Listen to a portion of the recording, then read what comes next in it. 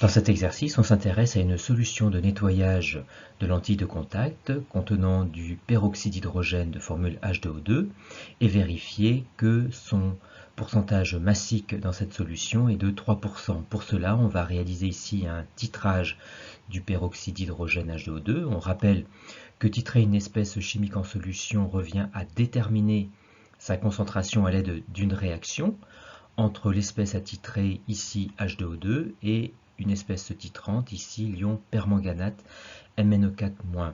Cette détermination est possible grâce à une situation très particulière du titrage, celle où les deux réactifs de la réaction sont mélangés dans les proportions stoichiométriques, situation du titrage appelée l'équivalence du titrage. Avant d'écrire l'équation de la réaction du titrage, il nous faut identifier les deux couples redox mis en jeu parmi les trois proposés ici, et cela en identifiant les deux réactifs de la réaction qui sont H2O2 et MnO4-. MnO4- n'apparaît que dans le couple MnO4- Mn2+, qui est donc un des deux couples mis en jeu. MnO4- joue le rôle d'oxydant lors de ce titrage. H2O2 est le deuxième réactif, or H2O2 appartient à deux couples. Une réaction d'oxydoréduction ayant lieu entre un oxydant et un réducteur, H2O2 est nécessairement un réducteur ici. Et H2O2 est réducteur uniquement dans le couple O2-H2O2, qui est donc le deuxième couple redox mis en jeu ici. On écrit alors les deux demi-équations électroniques avec les réactifs à gauche, et on complète ces demi-équations électroniques.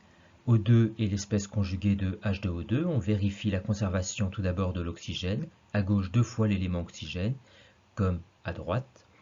À gauche, 2 fois l'élément hydrogène, qui n'est pas présent à droite, et qu'on apporte donc sous forme d'ion H+, et donc 2 ions H+. Et on termine par la conservation de la charge électrique. À gauche, la charge est nulle. À droite, elle est de 2+, car 2 ions H+. Il faut donc réduire la charge positive à droite en ajoutant 2 électrons à droite également. Pour la deuxième demi-équation, Mn2+ est l'espèce conjuguée de MnO4-. À gauche, il y a 4 fois l'élément oxygène, qui n'est pas présent à droite et qu'on apporte donc sous forme de molécule d'eau H2O. Il faut donc en apporter 4 pour retrouver 4 fois l'élément oxygène. Mais nous apportons du coup de l'hydrogène à droite, qui n'était pas présent à gauche, et à droite, il y en a 4 fois 2, 8. Il faut donc apporter l'élément hydrogène, là encore sous forme d'ion H+, et on en apporte 8. On comptabilise les charges.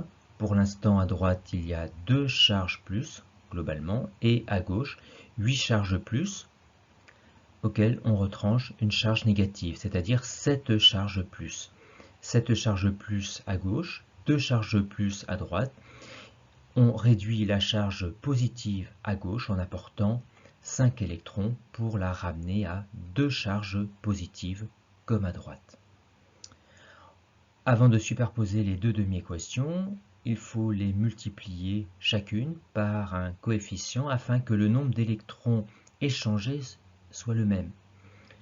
Et ici, la première sera multipliée par 5 pour avoir 10 électrons, et la deuxième sera multipliée par 2 pour avoir là aussi 5 fois 2, 10 électrons. 10 est le multiple commun à 2 et 5. On peut alors superposer les deux demi-équations en tenant compte de ces coefficients multiplicateurs, ce qui donne 5 fois H2O2 plus 2 fois MnO4- plus 2 fois 8H+, c'est-à-dire 16H+. Les électrons se simplifient car en même nombre à gauche et à droite. 10 électrons à gauche et 10 électrons à droite. Parmi les produits 5 fois O2, plus 5 fois 2H+, c'est-à-dire 10H+, plus 2 fois Mn2+, plus 2 fois 4H2O, c'est-à-dire 8H2O. On remarque qu'il figure les ions H+ à gauche et à droite, qu'on peut alors simplifier en retranchant 10H+ à gauche et à droite, ce qui donne 5H2O2 plus 2 MnO4- plus 6H+, ce qui donne 5O2 plus 2Mn2+, plus 8H2O. Le schéma du titrage est le suivant. Un Erlenmeyer qui contient le volume V0 de la solution de nettoyage diluée 10 fois et qui contient H2O2, auquel on rajoute 4 ml d'acide sulfurique, et au-dessus de l'Erlenmeyer, la burette graduée qui contient la solution titrante de permanganate de potassium. Et afin d'assurer l'homogénéisation à chaque ajout de cette solution titrante dans l'Erlenmeyer, on rajoute une agitation magnétique et un barreau aimanté à l'intérieur de l'Erlenmeyer. Le rôle de l'acide sulfurique que l'on rajoute dans l'Erlenmeyer permet d'apporter les ions H+ nécessaires pour la réaction H+, qui figure bien dans l'équation de la réaction. Dans cette question, on souhaite connaître le changement de coloration obtenu à 13,6 ml, sachant que la seule espèce responsable d'une coloration est l'ion MnO4- qui donne une coloration violette aux solutions aqueuses. L'équivalence correspond à la situation où H2O2 et MnO4- sont introduits dans les proportions stoichiométriques, ici de 5 mol de H2O2 pour 2 mol d'ion MnO4-.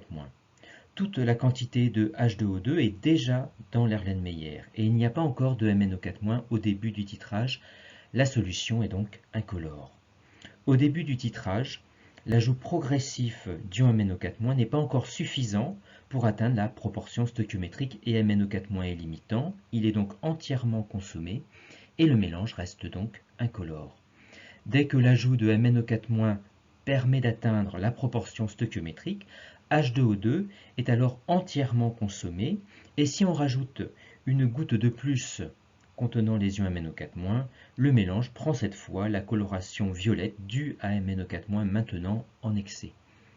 Pour résumer, pour un volume Va de solution de permanganate de potassium inférieur à Ve, MnO4- est limitant et le mélange est donc incolore. Et pour un volume VE permettant d'atteindre les proportions stoichiométriques auxquelles on rajoute une goutte, MnO4- devient alors en excès et donne une coloration violette persistante au mélange. Le passage d'incolore à violet permet donc de repérer l'équivalence du titrage.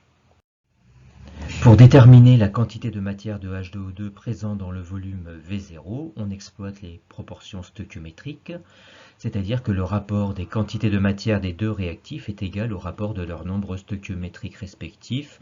Ici 5,5, 5 le nombre stoichiométrique devant H2O2 et 2 le nombre stoichiométrique devant MnO4-. Cette relation n'est valable que si les ions MnO4- sont apportés par le volume particulier Ve et H2O2 est apporté par le volume V0. On isole N0 de H2O2 qui est ici égal à 5,5 fois la quantité de matière d'MnO4- dans le volume Ve. Pour connaître cette quantité de matière, on rappelle la formule C fois V, C étant la concentration des ions MnO4- dans la solution de permanganate de potassium.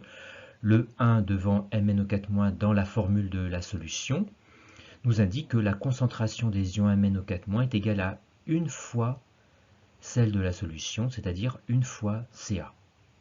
Et donc, on remplace Ne par une fois Ca fois le volume qu'apportent les ions MnO4-, c'est-à-dire Ve. Ca étant mol par litre, le volume Ve doit donc être converti en litres. On remplace par les valeurs numériques, 13,610-3 pour la conversion en litres, et on trouve une quantité de matière de 8,50 10-4 mol de H2O2 présent dans le volume V0. Et enfin, dans la dernière question, nous allons vérifier si la solution est conforme à l'indication de l'étiquette, à savoir que le pourcentage massique de peroxyde d'hydrogène est de 3%. Pour cela, nous allons exploiter le résultat du titrage, à savoir que dans un volume V0 de la solution de nettoyage diluée 10 fois, nous savons maintenant qu'il y a une quantité de matière de H2O2 de 8,50 10-4 mol, ce qui va nous permettre de calculer la concentration molaire de H2O2 dans cette solution diluée, concentration molaire en mol par litre, qui est donc obtenue en divisant la quantité de matière de H2O2 en mol sur le volume V0 à convertir en litres, ce qui donne une concentration molaire de 8,50 10-2 mol par litre.